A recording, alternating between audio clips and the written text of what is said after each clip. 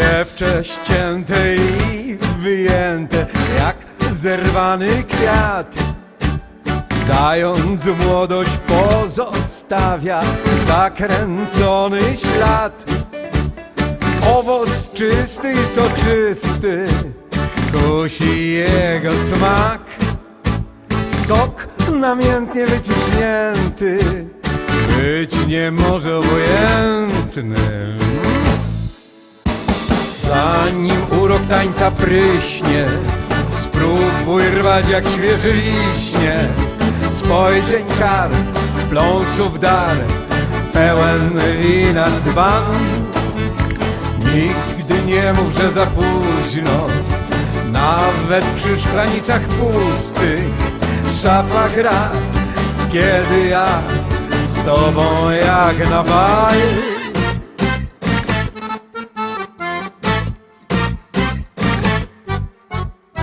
Pejzaż z obrazu to wszystko od razu odsłonił mi w głowie, że nic nie odpowiem. Zapewne wiesz lepiej, że mógłbym poczekać, lecz serce przyspiesza i nie da mi zwlekać. Pewien jestem, że to wszystko w środku nieba okno ma, w którym promyk lśni nadzieją. Niech życzliwi oszaleją.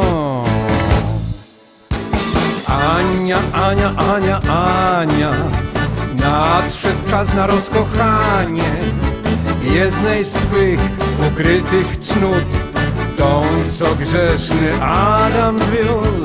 Ania, Ania, Ania, Ania, tyś natchnieniem do śpiewania. Widzę twój subtelny gest, jest domyślny, coś w nim jest.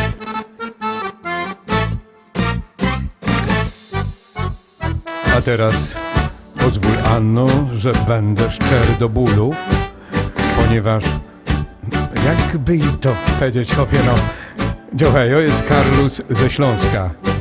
Ja by był rod, jakbyś mi tak za jedno wydał, Lucek. Godaj mi, Lucek. Bo jakby tak przyszło, co do czego, to ja by cię cięgiem bych cię dziołka.